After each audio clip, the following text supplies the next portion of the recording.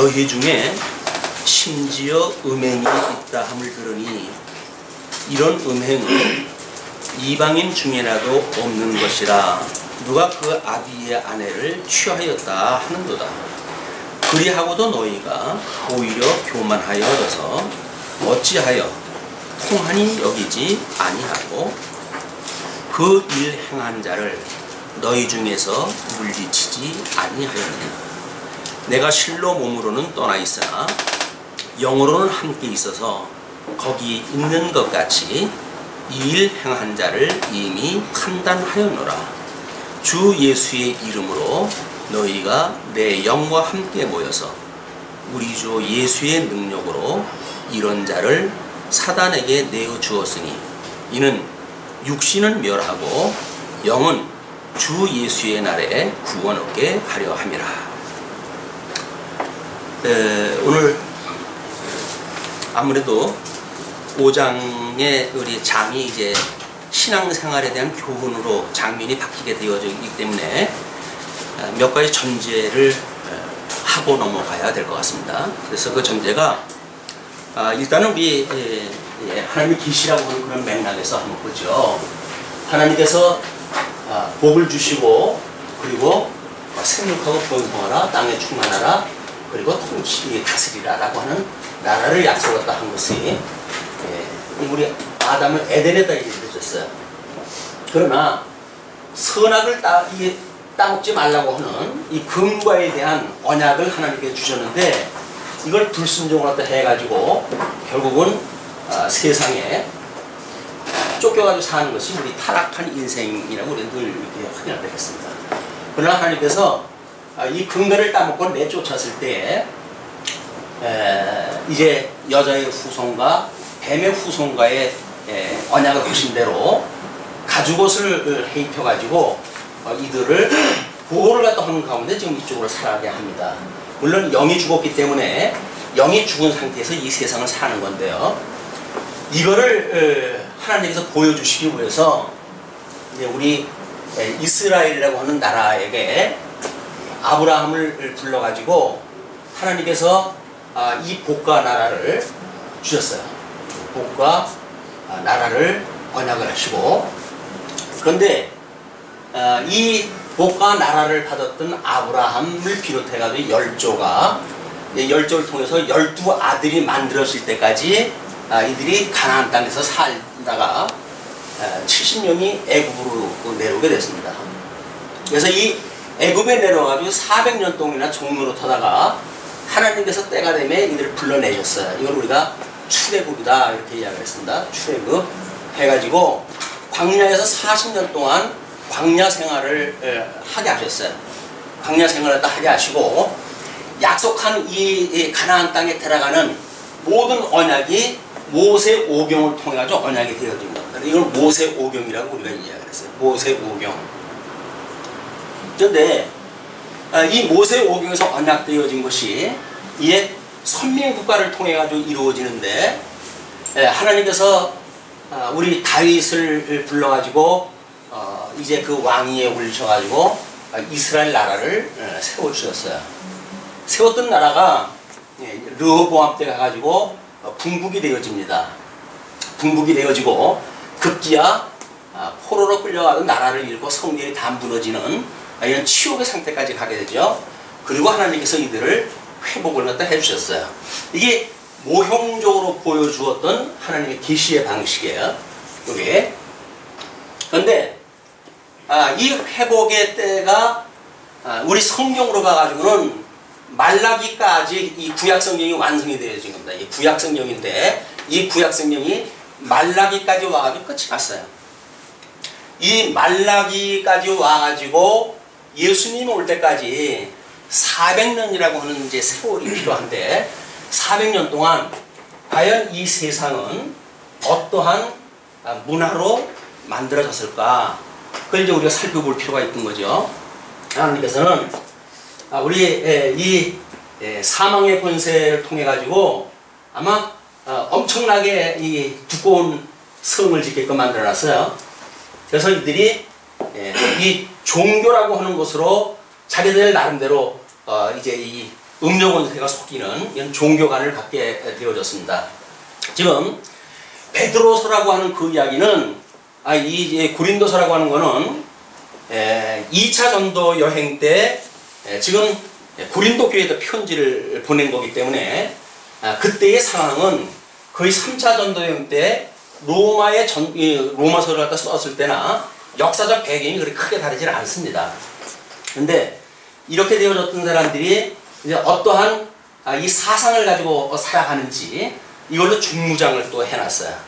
그러니까 도저히 이 세상에서는 여기 하나님께서 당신의 영광을 계시하셨지만 이걸 알아볼 수 없도록 철저하게 이 세력들이 감싸놓고 있습니다. 그리고 여기서 우리들이 뭔가 정책을 갖다 해가지고 나라를 어떻게 지킬 수가 있는가 이런 그 정치적인 영역도 이게 포함이 되어야죠. 그뿐만 아니라 어떻게 우리 인생들이 나름대로 가치를 부과하면서 살 건가라고 하는 예술이라고 하는 걸로 또 벽을 쌓아놓습니다. 그리고 끝내 이 사람들에게 윤리라고 하는 그것으로 이제 꼼짝달싹 못하게 만들어 놓은 것이 사망 권세가 예수님이 오시기 전에 구약 성경으로부터 예수님 오시기까지 400년의 이제 시간이 필요한데 이 400년 동안 굳게 만들어 놓은 사단의 영역들을 사단이 전부 이걸 굳게 만들어 놨어요. 그런데 지금 고린도 교회라고 하는 특성이 역사적으로 해가지고 또는 지리적으로 봐가지고 많은 그런 그 이방들이 모여져 있다고 그러지 않았어요? 그러니까 인적 조성이 이쪽 그 사람들의 그 종교를 보게 되면 우리 이 이스라엘은 유대교라고 하는 걸로 지금 있었죠. 이 사람들은 황제신을 믿고 있는 그런 그 당시입니다. 때가 철학이라고 한다면 여기는 뭐 이 헬레니즘이라고 하는 그걸로 해가지고 중무장이 되어졌고 여기는 히브라이즘이라고 하는 그걸로 해가지고 중무장이 됐어요. 그 다음에 이 정책으로 해가지고는 뭐 철저하게 여기는 짐승권세의 그 방식을 통해 가지고 이제 할 수만 있으면 다른 나라를 집어먹는 이런 거 권세로 해가지고 모든 그 자기네들의 국가 전략이 세워져 있습니다. 그런데 유대라고 하는 나라는 짐승권세가 아니라 하나님께서 나라를 세워주신다고 하는 걸 믿고는 있어요. 그런데 그것이 자기네들의 무엇인가 방법을 통해 가지고 되어진다고 믿는 음료 권세에 의해 가지고 이 사람은 철저하게 뭔가 조직을 갖다 해가고 있어요. 그 대표적인 것이 사내든이라고 하는 그런 그 조직입니다. 나름대로 적그리스도의 집단이에요.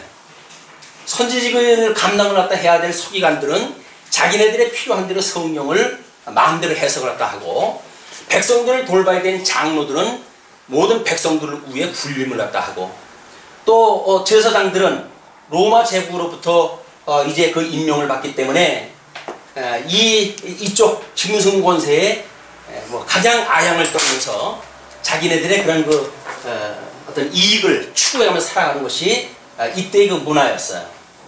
사내들인. 그리고 이쪽 예술 쪽으로 해가지고는 뭐 옆쪽에서는 뭐 아마 하나님의 그 택한 백성이라고 자처하는 유대인들은 나름대로 자기네 어떤 경건주의를 하고 막 이런 그 다른 사람들하고는 구별되어진 너희 이 이방 민족들하고는 우리들이 다르다 라는 걸로 이렇게 되어졌는지 몰라요. 이 경건주의적으로 이렇게 되어져 있어요. 그런데 이쪽 사람들은 철저하게 세속주의로 무장되어진 사람들이에요.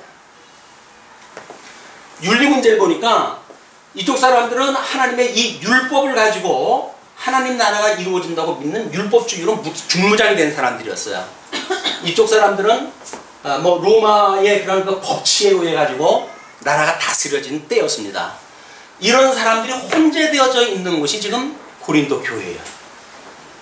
우리 이 유대교는 나름대로 뭐 바리새파니 뭐 사두개파니 나름대로 이것도 갈려져 있어요. 뭐 이쪽에도 뭐 마찬가지죠. 신은 황제신을 믿는다고 하지만 자기네 지역별로 해가지고 나름대로 전부 구분이 되어져 있어요. 근데 여기에 사는 사람들이 각자 자기네들을 지칭을 할 때 우리라고 이렇게 표현을 했다 합니다. 우리. 그게 당이에요. 당 짓는 거. 우리 고린도전서 3장을 공부해가면서 고린도 교회 이제 세례 문제로 해가지고 당이 얼마나 지어졌는지 이 내용을 확인했잖아요. 거기 전부 개바판이 이 바울판이 이렇게 나뉘어졌던 사람들이 우리라고 하는 이름으로 모인 사람들, 당을 짓는 사람들. 가끔가다 성도님들이 저한테 우리는 뭐 이렇게 이야기할 적에는 흠칫 놀랄 때가 있어요. 왜? 저분이 말하는 우리가 과연 어딜까지일까? 거기에 내가 포함되어 있을까? 내가 포함되지 않았을까? 라고 하는 것은 어떤 공동체라고 하는 이름으로 보았을 때의 개념의 우리예요. 그런데 하나님께서는 지금 하나님의 영광을 계시하신 거 아니에요? 재미난 거는 이 하나님께서 이 여러 가지로 보여주는 이 십자는 보일 십자예요. 그런데 하나님의 특별 계시를 이제 우리한테 해 나가셨거든요. 특별 계시를 우리 타락되어져 있는 인간들이 보는 거는 이걸 바라봅니다. 그걸 볼견자라 그래. 봐요. 하나님이 계시하는 거 상관없이 봐요. 이거는 이 껍데기를 보는 거예요. 껍데기를 갖다 보는 거예요. 그리고 그나마도 하나님이 계시한 것하고 자기가 보는 것하고 두 가지를 같이 해야 된다고 하는 것이 볼십자예요. 같은 이름입니다. 볼견자, 볼십자. 똑같이 봐요. 근데 이 사람이 보는 것보다 이 사람이 보는 거는 그래도 뭔가 의미가 있지 않겠는가라고 하는 생각을 가지고 봐요.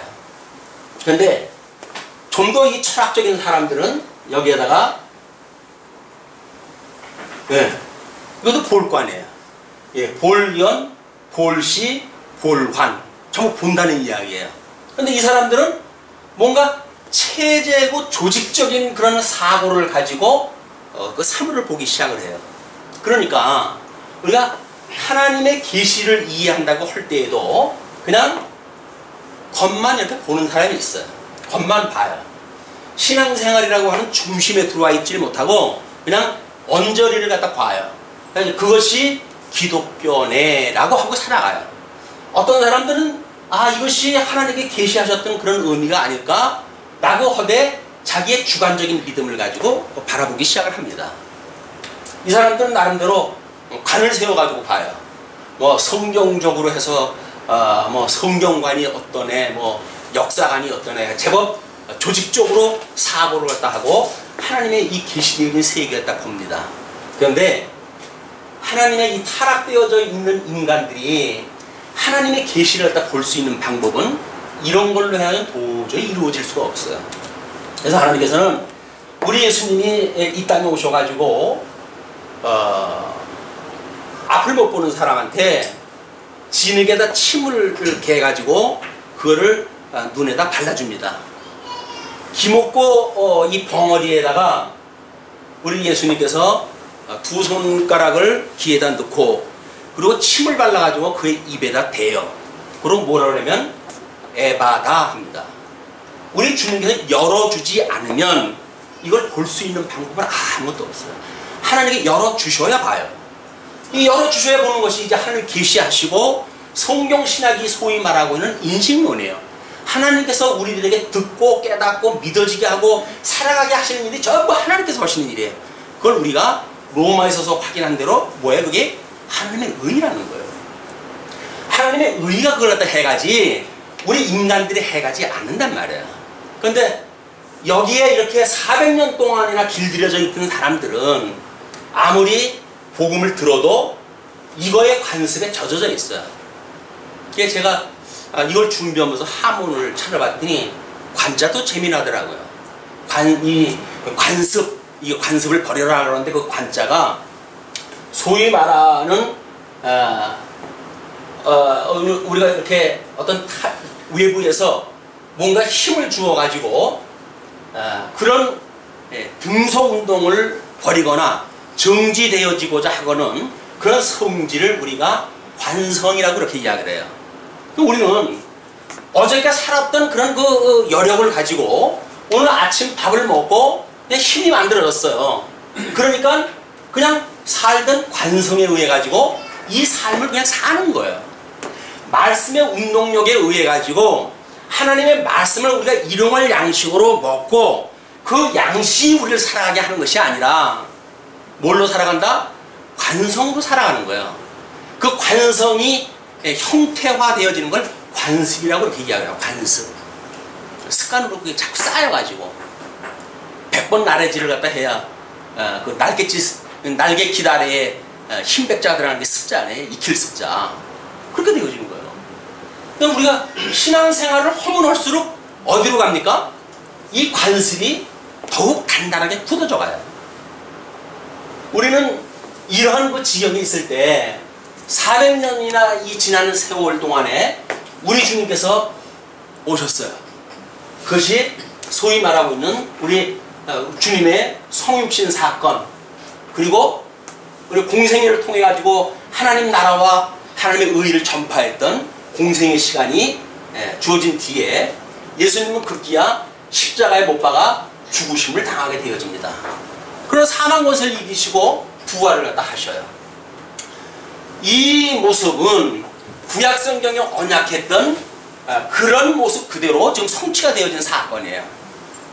우리가 사도신경을 외운다는 이야기는 이렇게 하나님께서 보여줬던 이거대로 우리 마리아 몸에 태어나시고, 그리고 이분이 그 빌라도에게 고난을 받으사 십자가에 못 박아 죽으시고 사흘 만에 살아나사 라고 신앙 고백하는 것이 신약 성경 전체의 내용에 대한 고백인 거예요. 그렇죠? 여기까지 고백을 다 했어요. 우리 사도신경 이제 이렇게 신앙 고백을 다 했잖아요. 그리고 이 신앙 고백을 갖다가 주님이 올라가셨는데 이제 승천하다 하셨어요. 우리 승천하신 하나님께서 이 성령을 보내주셨잖아요. 우리 예수님이 이 세상에 이 두꺼운 벽으로 해가지고 꽁꽁 묶여져 있는 이 사망의 권세를 어린 양 권세라고 하는 걸로 해가지고 이걸 타파하셨습니다. 주님의 그 파워가 보이십니까? 사망의 권세를 깨뜨리는 우리 예수님의 파워가 보이십니까? 그 파워가 보인다고 한다면 우리는 더 이상 관습을 따라서 살아가는 이 신앙생활을 포기해야 돼요. 그것이 하나님의 의로 말미암는 믿음으로 믿음에 이르게 되어지는 우리 신앙생활이에요. 예수님이 말씀으로 오셔가지고 말씀으로 언약을 갖다 했고, 그 언약되어진 것이 지금 주님의 몸된 교회가 세워지고, 이 교회가 우리 창립되어진다고 그러잖아요. 창립되어진 교회를 통해 가지고 주님의 몸된 교회가 끊임없이 복음을 증거하는 사역을 갖다 이걸 해요. 그러나 주님께서는 이 주님의 몸된 교회를 엄청난 고난 속에다 집어넣으실 겁니다. 그러나 우리 주님은 약속하신 대로 이제 이걸 회복하실 거예요. 그래서 여태 잃어버렸던 에덴을 이때 천년왕국으로 회복을 하실 것이고, 이때 잃어버렸던 이 복을 이때 성도들을 통해 가지고 성취를 갖다 해주실 거예요. 물론 이거는 주님의 몸된 교회를 살아갈 때 우리는 마치 광야에 사는 사람들처럼 믿음으로 보는 세계로 이루어져요. 우리가 믿는다는 세계는 이걸 보고 믿는 거예요. 믿는다고 하는 것이 이 관습을 따라 살아가는 것이 믿는 게 아니에요. 이건 철저하게 율법주의자들이 믿는 방식이에요. 세속주의자들이 살아가는 방식이에요. 우리는 생명 대신 그리스도를 만나야 돼요. 우리가 강론을 듣는다는 이야기는 하나님 말씀을 듣는 거 아니에요? 말씀이신 예수님이 육신을 입고 이 땅에 오신 것처럼 오늘도 마찬가지로 그 예수님께서 말씀으로 우리에게 임재를 하셔요. 그 말씀을 우리가 먹지 못한다고 한다면, 그것이 양식이 아니라고 한다면, 요식적인 행위라고 한다면 아무런 의미가 없어요. 이게 고린도 전서의 배경이에요. 그렇죠? 자, 이 고린도 전서까지 오는 전 성경의 배경이 이렇다고 한다면, 고린도 전서의 전반적인 우리 그 시작을 할 때, 서론을 갖다 할 때 뭐라 했습니까? 두괄식 서신이라고 그랬어요. 당신의 결론적인 거를 맨 앞에다가 설명을 하고, 그 나머지 여러 가지 주제를 가지고 설명을 갖다 한 것이다. 이렇게 우리가 확인했다 했잖아요. 그럼 두괄식이라고 하는 것이 뭐라고 그랬어요? 그 세 가지가 이제 우리 고린도전서 1장 전제를 갖다 보는 겁니다. 4절부터 9절까지 한번 보시면 이렇게 돼요. 9절을 먼저 보시게 되면, 너희를 불러 그의 아들 예수 그리스도 우리 주로 더불어 교제케 하는 하나님을 믿으시다. 주님의 몸된 교회예요. 이 고난을 받는 이런 가운데 우리가 지금 교회 생활을 다 하고 있어요. 과연 이때 우리가 이 교제를 가능케 하시는 예수 그리스도와 우리 한 몸이 되었다고 이야기를 하는데, 예수님으로 말미암아 구원을 받아가지고 그분하고 접붙었다고 그러는데, 과연 우리가 교제를 하고 있는가, 그 이야기예요. 교제가 여기서 말하는 교제라고 하는 그 이야기는 우리끼리 노는 거예요. 우리끼리 노는 거예요. 그 교제는 그리스도와 아무 상관이 없어요. 왜? 그냥 만만한 사람들끼리 학연에 따라서, 지연에 따라서, 뭐 각종 그런 인연에 따라 가지고 그룹 만들어 가지고 그리고 살아간다고 하는 이야기는 그리스도와 아무 상관이 없어요. 자기네들끼리 사는 거예요, 그냥. 그건 계모임이나 다른 동요회나 다를 게 아무것도 없어요. 그리스도를 만난다는 이야기는, 주님의 몸된 교회라고 하는 그것은 그리스도의 세 가지 사역이 다 이루어지는 걸 우리가 몸소 보고 배워야 되는 거예요. 그렇기 때문에 1년에 어떤 그런 우리 직임자의 그런 그 뭐 장로 교회 뭐 직원으로 소위 이야기되어져 있는 그 중에서 일부를 빼가지고 뭔가를 체제를 만든다는 이야기도, 그는 이쪽의 거를 고친다는 이야기예요. 하나님의 의로 이 죽었던 우리의 살아나는 역사가 있었다고 한다면, 하나님의 의로 주님의 몸된 교회의 체제도 그렇게 굳게 세워져 가는 거예요. 사람이 만드는 게 아닙니다. 하나님의 의의 결과가 그렇게 만들어져 간단 말이에요. 그게 예수님을 믿는 거지. 우리가 해가지고 할 거라고 한다면 이 사람들이나 자기네들이 다 해갔죠. 예수님하고 뭐 상관 있어요? 예수님이 오실 이유가 없잖아. 좀 잘 돌아가고 있는데 뭐 자기네들끼리 잘 살고 있어요. 예수님 오실 필요 없어요. 그러나 이걸로 안 된다는 걸 보여주시기 위해서 우리 주님께서는 하나님과 동등됨을 취하지 아니하시고 인간의 모습으로 인간의 옷을 입고 이 땅에까지 오신 거예요. 너무 비참한 결단의 사건 아닙니까? 하나님이 인간의 모습으로 여기 왔다고 하는 그 이야기는 하나님의 입장에서 보면 치욕적인 사건이에요. 그럼에도 불구하고 양대 언약을 했는데, 이 양대 언약이 뭡니까? 하나님께서 이미 창세전에 모든 것들을 작정하시고 모든 것들을 예정하신 분 아니에요? 이걸 이루어 가셔야 되니까 택자도 불택자도 천국도 지옥도 이걸로 해서 다 성취가 돼야 돼요. 그러니까 하나님께서 이 두 가지 언약을 갖다 하시고 이쪽에다 집어넣어 버린 거예요. 그래가지고 여기서 구원받기로 예정되어진 자들만 예수님을 믿는 믿음을 주어가지고 불러냅니다. 그게 우리가 믿음으로 사는 세계예요. 이 관성에 따라서 살아가는 세계하고는 다른 세계예요. 성도가 믿음으로 산다는 이야기는 늘상 우리 몸에 배어져 있는 이 관습의 세계가 아니다. 이 생명의 세계예요. 우리가 예수를 평생 믿으면서도 뭐 나름대로 전부 하나님을 섬기고 다 한다고 그러지요. 그러나 생명 대신 예수님을 만나지 못하게 되면 관습 따라 살다가 인생 마감이 돼요. 하나님도 오늘 우리들을 불러가지고 이 깜깜절벽인 음부의 권세의 이 계략을 우리들을 깨닫게 하셨어요. 이 깨닫게 하신 것이 여기에서 우리라고 하는 그 이야기는 우리 주님께서 그렇게 가르쳐 주셨어요. 우리가 우리에게 지은 죄를 사하여 준 것처럼 우리의 죄를 사하여 주옵시고, 우리는 주 안에서의 모든 사람들이 우리예요. 그런데 몇 사람이 짝을 만쳐가지고 자기가 우리라고 이야기를 한다면 그리스도와 상관이 없어요. 그런 그리스도와 상관이 없기 때문에 우리는 우리가 아닌 다른 사람의 조직을 우리는 그걸 가지고 욕하고 시기하고 시비 걸고 문제를 갖다 제기하고 그리고 우리를 정당화하는 거예요. 왜? 우리는 옳다는 거예요. 상대방은 뭔가 틀리다는 이야기예요. 그걸 가지고 교회가 난장판이 벌어지는 거예요. 싸우고 헐고 뜯고 이건 이쪽에서 만들어지는 일은 아니에요. 짐승권세가 물고 뜯고 하는 거는. 그런데 이게 주님의 몸된 교회에서 여전히 일어나고 있다는 이야기는 관습에 따라서 살아가는 사람들의 그냥 양상이 드러나는 것 뿐이에요. 뭐 신기할 거 하나도 없어요. 예수님이 오시나 안 오시나 그냥 이런 세상이었었기 때문에 누구나 다 그러고 사는 거니까. 그러나 우리는 생명의 주인이 되신 그리스도를 만났어요. 그분으로 말미암아서 우리는 영원한 나라를 소망으로 하고 살아가는 사람들이에요. 비록 이 광야에 같은 곳에 살고 있지만 하나님께서 약속하셨던 젖과 꿀이 흐르는 땅을 바라보고 사는 사람들이에요. 그런데 그런 나라를 소망으로 하는 사람들이 여기서 지지고 볶고하면서 나를 정당한다? 무슨 의미가 있을까요? 나를 내가 스스로 정당한다는 건 아무런 의미가 없어요. 왜? 내 기준으로 상대방을 정죄했고 내 기준으로 해가지고 그를 용서했다 라고 이야기한다면 그건 하나님의 의용은 상관이 없는 일이에요. 이것이 지금 교제의 문제입니다.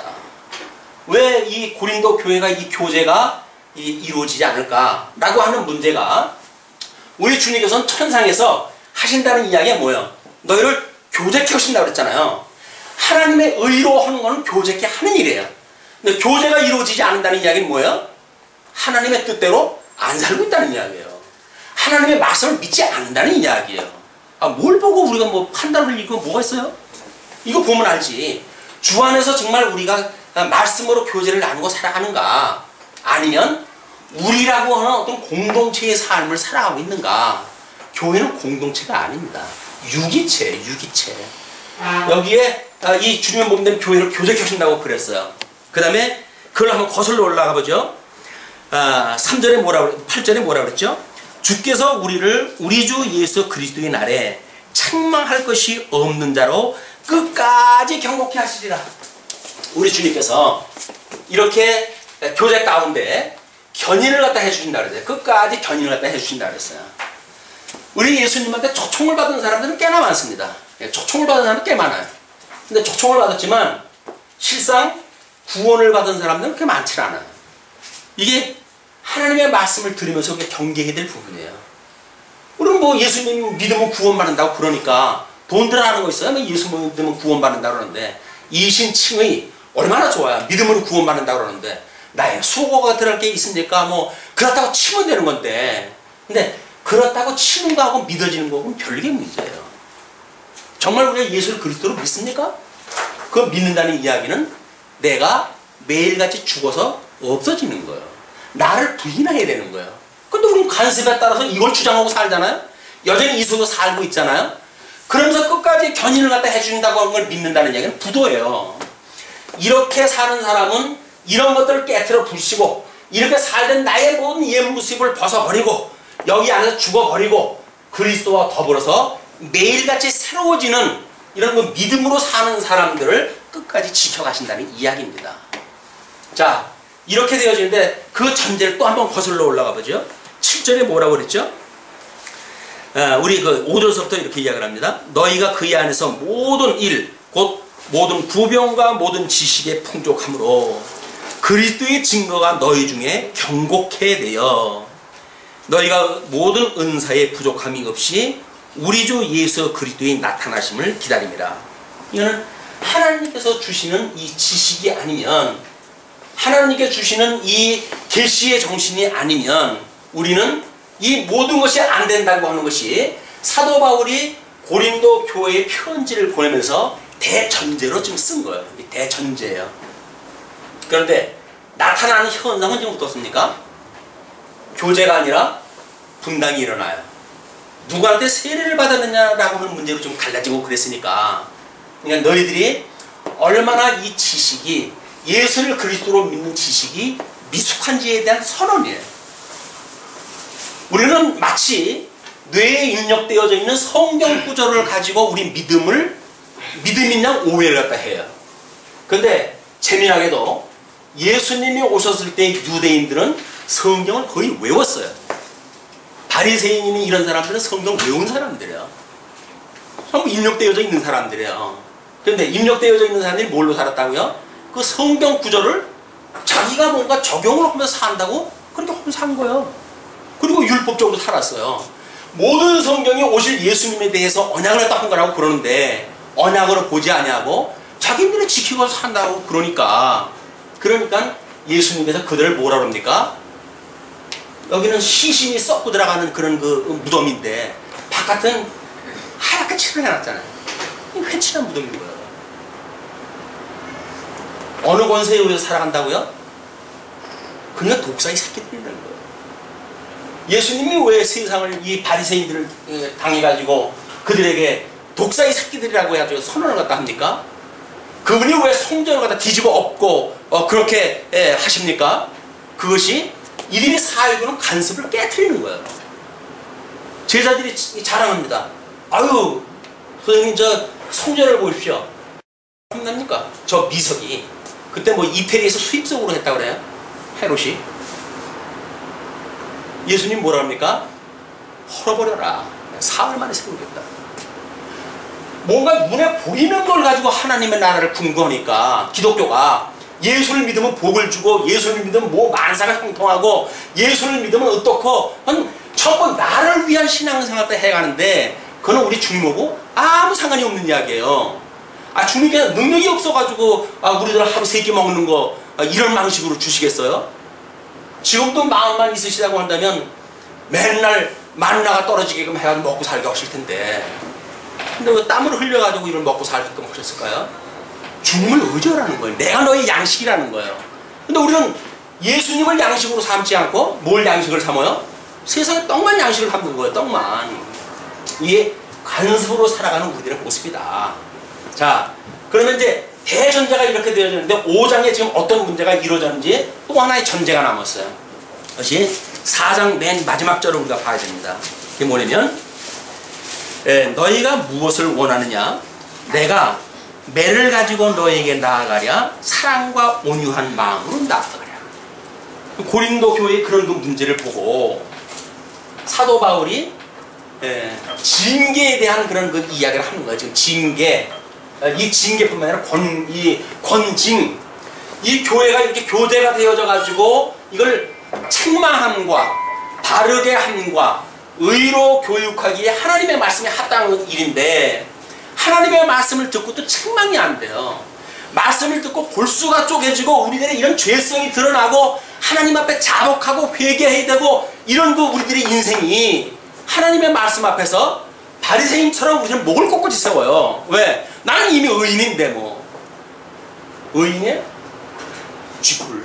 무슨 의인? 하나님께 놔버리게 되면 거의 지옥인 거예요. 하나님의 은혜로 붙들려 있으니까 우리가 사는 거지. 하나님 구원시켜놓고 우리 갚아주셨나요? 여전히 우리가 함께 계셔야 되는 거예요. 임마누엘 주님은 지금 우리와 함께 계시는 거예요. 우리가 주님 안에 있는 거지. 주님 안에 있으면서 성경 구절 알고 있다고 해야지 구원받았다고요? 아닌 거예요. 성경 구절로 구원받았다고 한다면 이 사람들은 훨씬 더 구원 잘 받아야지요. 안 돼요.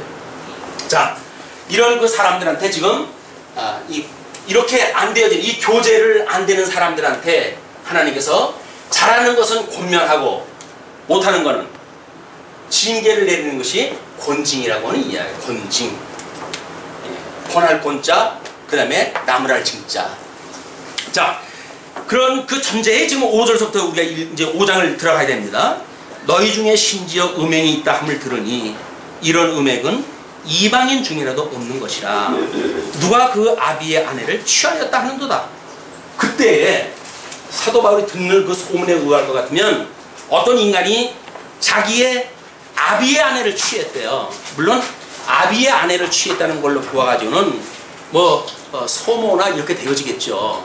마치 그 또라이 아도나이처럼 아비삭 자기 아버지의 아내를 달라고 했던 그 아비삭을 달라고 했던 또라이 있잖아요. 아도나이.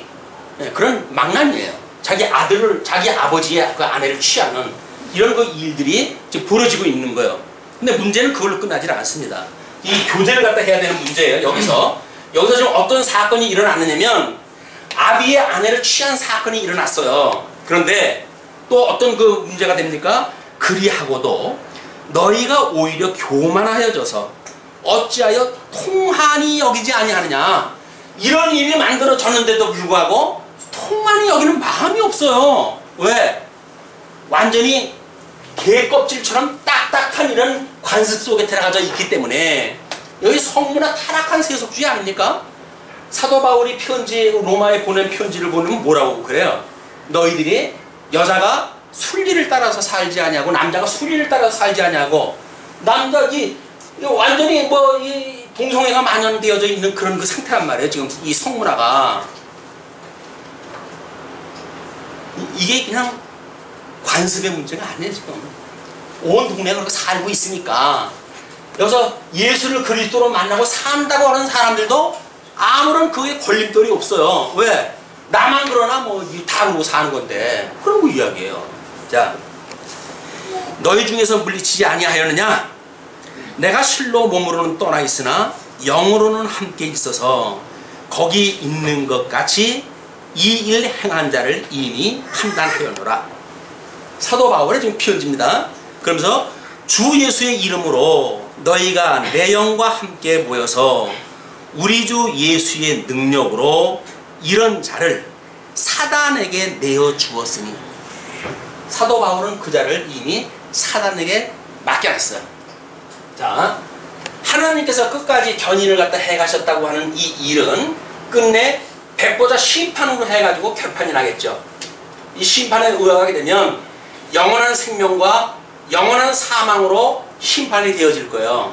우리가 하나님을 아는 그 지식으로 지식의 근본 되신 우리 하나님을 경외하면서 그런 그 경외하는 사람들이 모여서 교제를 나누면서 이런 고난의 시간도 우리가 끝까지 지켜 경고한 이 견인에 이르게 되어진다고 한다면 우리는 물론 영생에 이르는 심판을 받게 되어질 겁니다. 근데 이 교제라고 하는 것은 과정이란 말이에요. 그런데 그 사람이 탁자인지 불택자인지 모르겠어요. 그 자기 아비의 아내를 취한 자가 탁자인지 불택자인지 모르겠어요. 그러나 하나님과 궁극적으로 심판하시겠죠. 그렇다고 한다면 우리들이 이 과정 섭리에서 할 수 있는 일은 그를 격리해야 되는 거예요.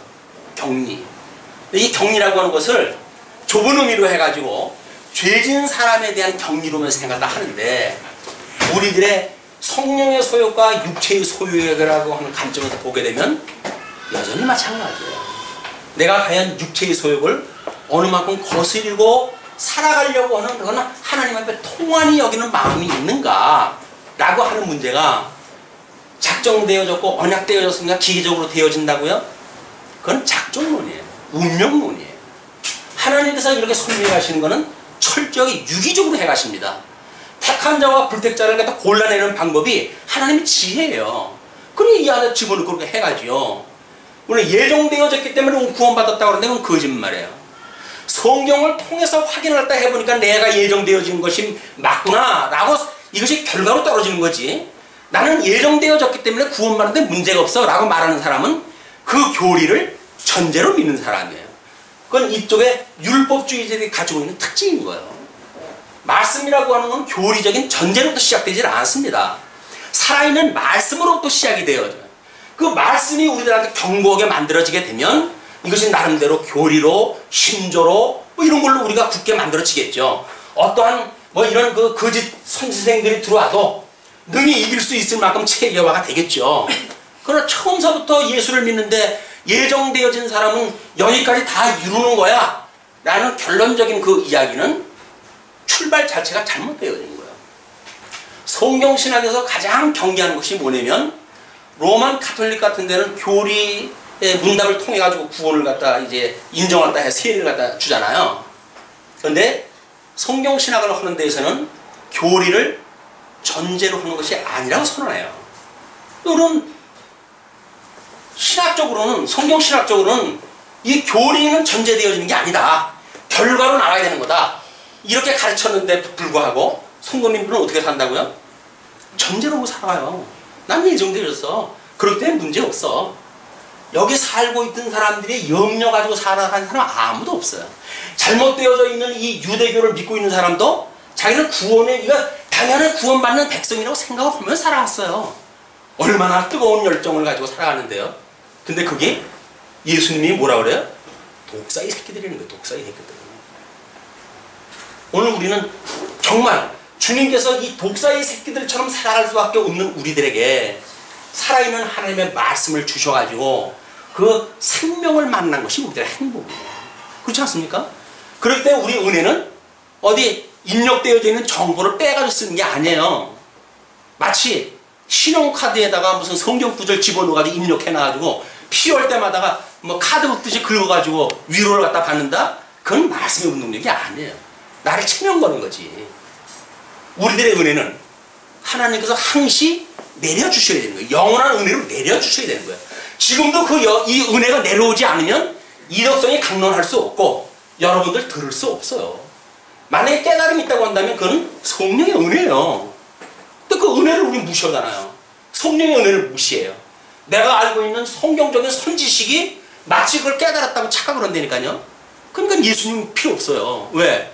내 깨달은 이야기가 있는데 이제 성경을 읽거나 듣거나 어디 가든지 그 말씀으로 해가지고 해석만 하면 되니까 이거는 말씀이 더 이상 외형적인 말씀에 머물러져 있는 거예요.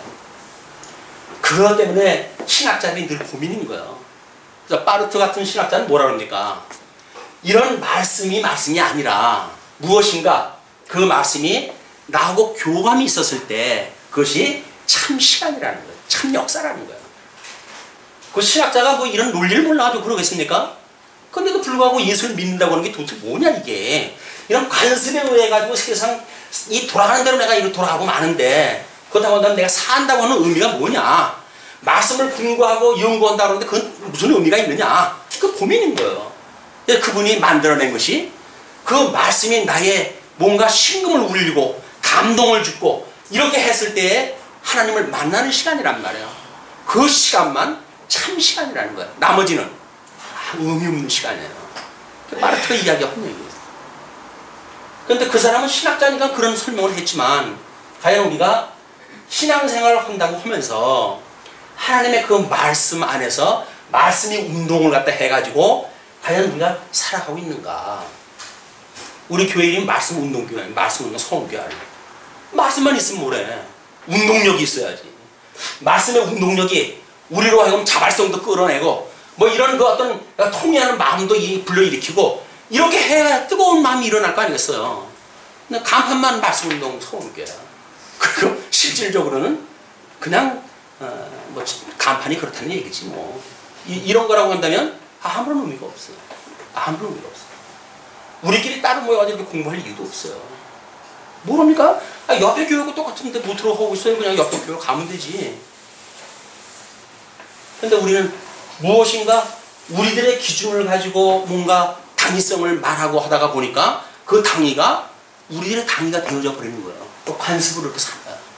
우리는 하는 일이 옳아. 그냥 우리예요. 그건 우리. 다른 사람이 봤을 적에는 쟤 왜 저런데? 라고 이야기를 해요. 또 이 노예와 당회의 갈등이고 당의 이 노예 안에 교회와 교회의 갈등이에요. 어쩔 수가 없어요. 그리스도로 우리가 하나가 되지 않으면 이 교제가 되지 않으면 여기에는 어쩔 수 없이 이 관습에 따라 살아갈 수밖에 없다. 그러면서 6절서부터 8절까지 이런 그 이야기를 합니다. 너희의 자랑하는 것이 옳지 아니하도다. 적은 누룩이 온 덩이에 커지는 것을 알지 못하느냐? 적은 덩이. 우리들은 여기서 오용되어져 있는 이런 그 이야기가 말씀으로 섞어가지고 들어와요. 음부의 권세는 끊임없이 우리한테 그렇게 공격을 해오니까 이 음부의 권세에 의해 가지고 우리는 세상에 이런 잡다한 쓰레기 같은 음식을 먹고 살아간다고 생각이 들어요. 이걸로 하는데 이런 걸로 자랑하지 말라는 거예요. 지금 왜? 이런 것들이 이 교회에 만약에 이것이 들어오게 되면 마치 그 누룩이 온 가로수만을 다 부풀리는 것처럼 이게 전부 오염이 된다는 거예요. 오염이 된다는 거예요. 우리 하나님 말씀 앞에 이렇게 뭔가 온전하고 싶어하는 마음이라고 하는 그 이야기는 이런 것들을 쳐가지고 잘라내는 일들이에요. 여기서 죽어가는 일이에요. 우리들이. 매일같이 여기서 죽는 일이에요. 여기서 죽지 않고 그리스도 안에서 어떻게 삽니까? 죽어야 살지. 근데 우리 죽기를 싫어요. 왜? 내가 어떻게 쌓아놓은 이것이 기득권인데 지금까지 쌓아오면서 얼마나 내가 이걸 누려온 건데 이걸 왜 버려? 라고 이 생각이 들어요. 그러니까 우리는 예수님 못 만나요. 그러나 우리의 말씀이 운동을 한다면 우리는 내가 가지고 있는 모든 것들을 포기하게 돼요. 그러면서 예수님을 만나게 됩니다. 예수님을 만나는 것은 생명을 만나는 일이에요. 영원한 그 의가 되신 주님으로 복과 나라가 회복되어지는 걸 체험하는 경험들이에요. 그래서 예수님으로 만나가지고 우리가 구원받았다고 하는 감격이 있는 사람이 비로소 나를 용서하기 시작을 합니다. 나를 용서하는 것이 훈련되어진 사람들이 다른 사람을 용서해요. 내가 용서의 체험이 없어요. 하나님 앞에 내 죄를 다 사해줬다고 말은 하는데 주님 앞에 정말 죄 용서 받은 것이 실감이 안 가요. 그러니까 나도 나를 용서 못 한다니까요. 그래서 우리가 가장 미워하는 사람이 어떤 사람인지 압니까? 상대방을 봤을 때 내 모습이 드러나는 사람, 내 모습이 상대편으로 드러날 때 그 사람이 죽도록 미워요. 왜? 마치 나를 보는 것 같거든. 그게 부부관계예요. 부부관계. 제일 가까운 사람이니까 제일 잘할 거 아니겠어요? 그러니까 부인이 뭐 한마디 톡 건드려 놓게 되면 2판 4판 머리 깨지고 싸워야 돼요. 왜? 내 약점을 건드려 놨으니까. 내가 하나님 같이 돼야 되는데 아무것도 아니면 저 인간이 나를 갖다 지금 뭔가 꼬집어 놓잖아요. 내가 죄인이라고 걸 지적을 갖다 하잖아요. 못 견디는 거예요. 그럼 뭐 머리 터지고 싸워야지. 근데 하나님께서는 우리 파트너를 뭘로 보내주신 거예요? 선지자로 보내주신 거예요. 선지자. 내가 내 속을 못 보니까 상대편을 갖다가 우리 주님께서 짝을 맞춰줘가지고 네가 못 보는 갈비 쪽에 있는 속을 여자를 보고 봐라 그 얘기거든요. 근데 여자를 보고 우리 모습을 보는 게 아니라 나는 내가 혼자 착각의 세계를 살아요. 나는 깨끗해. 온전해. 문제는 누구예요? 문제 뭐 속 짧은 여자지. 그렇습니까? 그러니까 예수님 못 만나니까요. 여자가 아니라 선지자로 보여야 내 그런 죄성이 드러나는 걸 지적하는 걸로 보여야 하나님 앞에 우리가 이 통한한 마음을 갖다 갖게 되지 않겠어요? 우리는 하나님 앞에 언제서부턴가 회개하는 마음을 갖고 산 지가 언제인지 몰라요. 예수님 처음 믿었을 때 콧물 흘렸지. 그 뒤로는 성경신학을 배워가지고 머리만 잔뜩 부풀러가지고 감정이 메말라가지고 눈물 언제 흘렸는지 기억도 안 나. 상대방을 보게 되면 저주를 갖다 헐지언정 그 애가 축복을 갖다 한 지가 언제인지도 몰라. 그러고 살아가요 우리가. 너무 길어지면 이 뒤에까지 못하니까. 자, 너희는 7절입니다. 너희는 누룩 없는 자인데 새덩어리가 되기 위하여 묵은 누룩을 내어버리라. 우리의 유월절 양 곧 그리스도께서 희생이 되셨느니라. 여기서 새 뭐라 그래요? 새, 이 교회라고 하는 거를 덩어리라고 해요. 덩어리. 덩어리라고 하는 건 가루를 뭉쳐가지고 하나가 되어진 거예요. 그런데 요쪽으로 잘라놓고 요쪽으로 잘라놓고 해야 돼. 요게 우리고 요게 우리고 그렇습니까? 아닌 거야. 한 덩어리야. 한 덩어리. 그러니까 신학이 만약에 오염이 되어지게 되면 노회의 신학이 오염이 되게 되면 온 노예사나 교회가 전부 오염될 수밖에 없어요. 주님의 몸된 교회에 목사가 가르치는 말씀이 오염이 되어지게 되면 그러면 온 성도들이 오염되어 있는 말씀을 듣고 살아갈 수밖에 없어요. 어차피 우리 유기체예요. 그러니까 하나님께서 잘라내라. 예수님이 잘라내라. 잘라내야 너희들이 한 덩어리, 새 덩어리로 살아갈 수가 있지. 그걸 너희들 기준으로 해가지고 아이고 우리 그러잖아요. 하여 같은 마음이 있어가지고 아이고 뭐 나도 그러고 사는데 뭐 다 그러고 사는 거지. 그런가요? 어떤 사람이 그러더라고요. 뭐 요즘 뭐 미안한 일이 있었는지 모르지만 아 목사님 뭐 인생 다 그러고 사는 거죠. 그러더라고요. 당신만 그러고 살아? 누가 다 그러고 살아? 다 그러고 살지는 않아요. 근데 우리는 다 그러고 산다고 생각이 드는 거예요 그냥. 근데 이 하나님께서 우리들에게 한 덩어리라고 했던 이야기는 예수 그리스도가 하나예요. 하나. 거기서 누구를 잘라낸다는 이야기는 뭐예요? 예수님과의 단절이에요. 그건 무서운 일입니다. 그러니까 이런 예수님과 단절을 갖다 하지 않고 위로는 하나님을 사랑하고 이웃을 내 몸과 같이 사랑하는 이 교제의 관계가 유지되려고 한다면 안적 요소를 도려내라는 거예요. 왜? 육은 내쫓아가지고 사단에게 내쫓아가지고 지 좋아하는 대로 살아가겠죠. 이게 지옥인지도 모르고 하고 싶은 대로 살아가겠죠. 이게 지옥이에요. 그러나 영혼은 만약에 하나님께서 택한 자라고 한다면 끝날까지 그를 붙들어 주시겠죠. 그게 지금 이 권징의 원리인 거예요. 권징의 원리. 자기가 또 하나님 자리에 올라가서 정죄를 갖다 하고 뭐 저 인간은 구원도 못 받은 자야 뭐 이런 구원 이야기를 하는데 구원의 그 권한은 하나님한테 있는 겁니다. 우리들이 할 수 있는 일이 아니에요. 자, 그러면서 이러므로 우리가 명절을 지키되 묵은 누룩도 말고 괴악하고 악독한 누룩도 말고 오직 순전함과 진실함에 누룩 없는 떡으로 하자. 오직 예수 그리스도 하나님의 의로만 하자 그 이야기예요. 왜? 주님의 몸된 교회는 주는 그리스도시요 살아계신 하나님의 아들입니다. 나는 그 신앙 고백 위에도 교회를 세웠잖아요. 그리고 주님께서 음부의 권세가 무너뜨리지 못하는 교회를 세운다고 그랬으니까 이 수많은 음부의 권세가 온다 할지라도 주님의 몸된 교회는 무너지지 않아요. 이 주님의 교회가 무너지지 않는다고는 믿음을 가지고 우리가 살아가는 거예요. 그냥 가장 미련한 방법으로 살아요. 예수 믿는 사람처럼 미련한 사람 없어요. 죽인다고 하면은 죽는 것보다 해요. 후욕을 하게 되면 오히려 축복을 갖다 해요. 이게 예수 믿는 사람들이에요. 근데 뭐 우리는 성경을 좀 알게 되어지니까 얼마나 영악스러운지 몰라요. 상대방이 나를 갖다 한 번 공격을 해오면 난 두 번, 세 번 공격을 갖다 해야 돼. 내가 왜 내 밥 먹고 사는데 너한테 쳐? 그게 성경에서는 지는 거라는 거예요. 성경에서 이기는 건 뭐예요? 죽는 게 이기는 거예요. 죽는 게 이기는 거예요. 그냥 바보 같은 사람들이, 우리 주님께서 불러낸 사람들은 유명한 자가 없고, 유명한 자가 없어요. 전부 바보 같은 사람들을 길에다 모아가지고, 그리고 이걸 우리 주님의 식구로 만들어 놨어요. 그런 사람인데도 불구하고 들어오는 사람들마다 하나님의 예복을 하나씩 잔치에 참여하라고 다 나눠줬어요. 근데 그것도 귀찮다고 안 입고 들어온 친구가 있잖아요. 그러니까 주인 내쫓아요.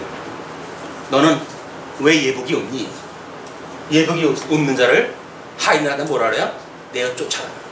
바깥에서 이를 갈미 있으리라. 안에서는 아이 잔치가 벌어졌는데 맛있는 거 먹죠. 바깥에서는 빈 입만 씻는 거, 빈 입 씻는 걸 갖다 이를 가는 거 아니에요. 이게.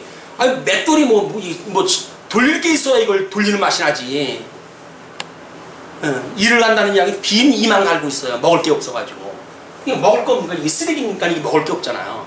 근데 예수 그리스도를 만나야 우리는 원수의 목전에서 상을 베푸는 그런 주님의 은혜를 맛보게 돼요. 우리에게 널려져 있는 그 상을 맛봐요. 하나님의 말씀을 양식으로 먹게 되어져요. 이런 그 은혜가 오늘 예배에 참석한 모든 성도님들에게 하나님 은혜로 임해지기를 빕니다.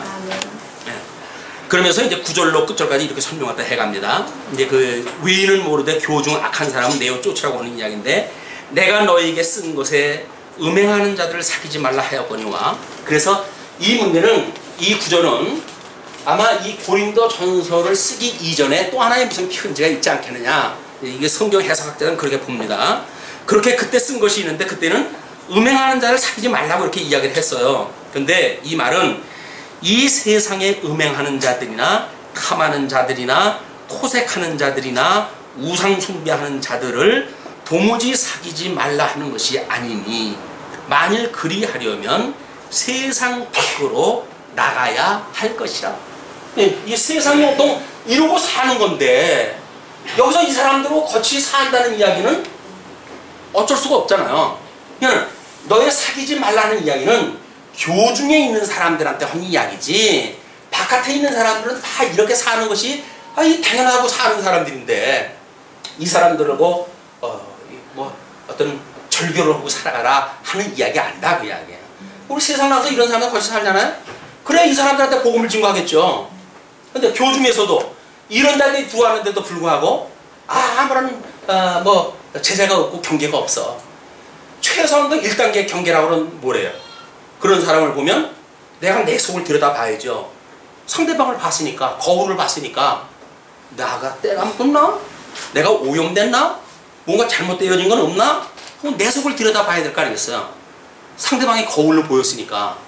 상대방이 거울이 아니라 그냥 우리하고 다른 그이야. 내가 아닌 너야.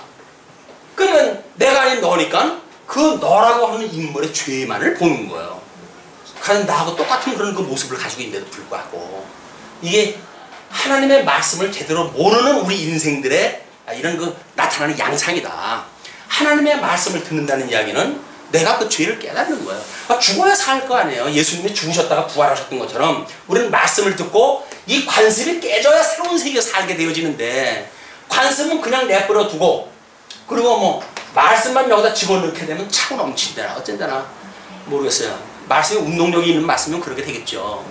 근데 그걸 무슨 정보 입력하듯이 집어넣어 놓고 그걸로 무슨 변화를 갖다 일으킨다는 이야기는 소망이 없습니다.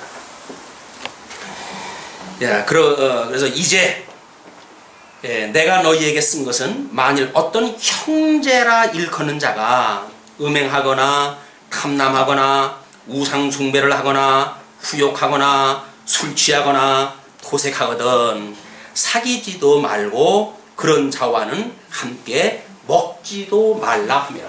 그 이야기는 뭐예요? 교제하지 마라 그 이야기. 오염덩어리를 가지고 들어왔으니까 잘못 그거고 이 교제를 하게 되면 온통 그 쓰레기에 오염이 되어지니까 1단계 우선 내가 한 발짝 뒤로 물러가야 돼요.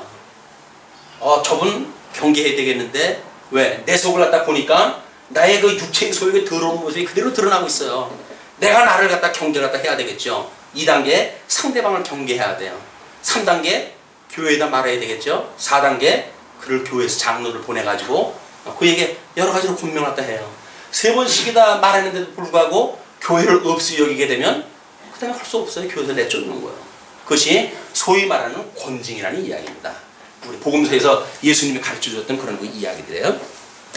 외인들을 판단하는데 내게 무슨 상관이 있으려마는, 외인들, 이 바깥에 있는 사람들을 이러고 저러고 판단하는 거에 나하고 뭔 상관이 있겠냐 마는 교중 사람들이야 너희가 판단치 아니하랴?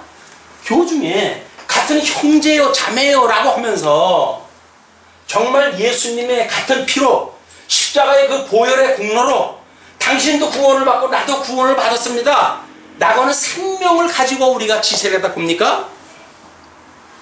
너 구원받은 건 너 구원받은 거고 나 구원받은 건 나 구원받은 거고 그래가지고 팔 따로 놀고 발 따로 놀고 라고 하는 그 이야기는 하나의 지체가 아닌 거예요. 전부 각자가 노는 거예요. 머리에서 지시를 했다 하는데 마비가 걸려가지고 팔이 제대로 작동을 안 해요. 그렇다고 한다면 그건 같은 지체, 건강한 지체가 아닙니다. 건강한 지체라는 이야기는 피차 말씀으로 이 교제가 가능해져야 돼요. 만나게 되면 먼저 하나님을 경배하고 경외를 갖다 하고 이런 뭔가 예배의 분위기가 만들어져야죠. 이 의미가 뭔가 하나님께서 이 시간 우리에게 주는 의미는 무엇인가? 왜 우리로 하여금 이걸 듣게 하셨을까? 이런 것들이 통해가지고 우리 교제가 돼야 되는 거 아니겠어요? 딴 생각 가지고 우리가 한다고 하면 그럴 때 힘든 거예요. 이게. 13절 이렇게 끝을 냈습니다. 외인들은 하나님이 판단하시려니와 이 악한 사람은 너희 중에서 내어 쫓으라. 자, 내어 쫓으라고 하는 그 이야기는 4장 21절 그 이야기로 다시 한번 거슬러 올라가야 돼요. 뭐라 그랬죠? 너희가 무엇을 원하느냐? 내가 매를 가지고 너희에게 나아가랴 사랑과 온유한 마음으로 나아가랴. 이게 반대의 이야기일까요? 반대의 이야기일까요? 매라고 하는 것과 사랑이라고 하는 것이 반대의 개념일까요? 만약에 우리가 착한 백성이라고 한다면 그 매와 사랑은 하나예요. 하나예요. 그런데 우리 자녀들을 교육시킬 때 보면 그러잖아요. 말로 조곤조곤 이야기했을 때 알아듣는 아이는 온유한 마음으로 그냥 그렇게 해도 알아들어요. 대가 세. 그래가지고 어른이 말을 갖다 하는데도 튀어. 그거는 할 수 없이 초다를 아끼지 말아야 되는 거예요. 그게 하나님의 의의 실현이에요. 근데 우리는 사랑한다고 하는 이름으로 아주 초다를 이걸 줄지를 몰라요. 뭐 어떤